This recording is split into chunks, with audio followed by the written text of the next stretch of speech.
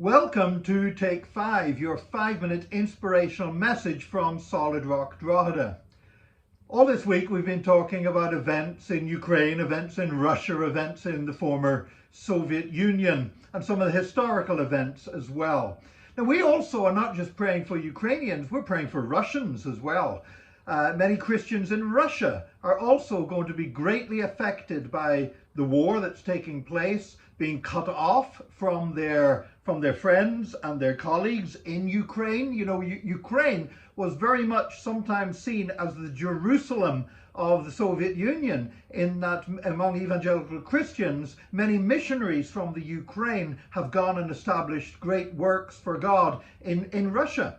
And also the sanctions that are being imposed. We obviously understand the reasons why they are being imposed and the reasons for them, but nevertheless, they are going to cause hardship for churches in Russia. I want to tell you about a friend of mine. His name is Pavel. I'm not going to give you his second name because I don't want to do anything that would endanger him in his situation.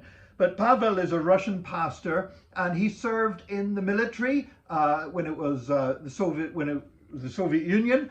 And you know, sometimes what happened to Christians was not just official state persecution, but sometimes just the common persecution that comes from the brutality of people who are taught to hate Christians. Pavel told me about when he was baptized as a teenager, that his parents took him for a walk at winter into the forest, and he wondered where they were going. And they ended up out in the forest, and there he discovered that members of the church had worked all night, basically damming a small stream and creating an artificial pool that would form a baptism pool. Because at that time, if there was a baptism service taking place, it would undoubtedly have brought the secret police down upon them and ended up with a lot of people being arrested. And so even going near large bodies of water, there would be spies watching. But by being able to go into the forest and dam this little small stream and let it fill up this big hole that they had dug, they were able to create their own artificial baptism tank. And that's where Pavel was baptized, in the dead of night, freezing cold, icy water, snow everywhere. And he said it was one of the most joyous occasions of his life.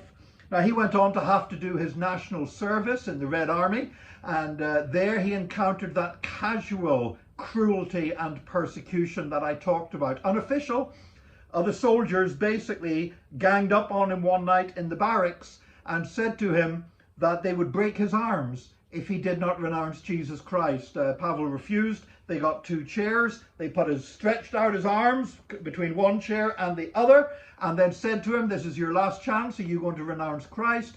Pavel refused. So the guy leapt up in the air, jumped down with his feet on, and broke both of Pavel's arms. He showed me the scars on his arms from the surgery that had tried to correct the damage that had been done to him.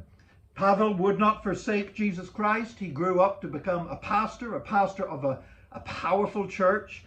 And now Pavel has built a church building, a wonderful building, but they are very dependent still upon gifts from outside, gifts mainly from the West, in order to make the payments on that building and to complete work that needs done inside of it. And now with the sanctions, it's going to be near impossible to get the money to them for them to do that work and to make the payments on their building. I'm praying for them. I don't know how they're going to manage. I'm praying that God will do a miracle for them. But what I'm saying is this: while you're praying for the Ukraine, please pray for Russia as well.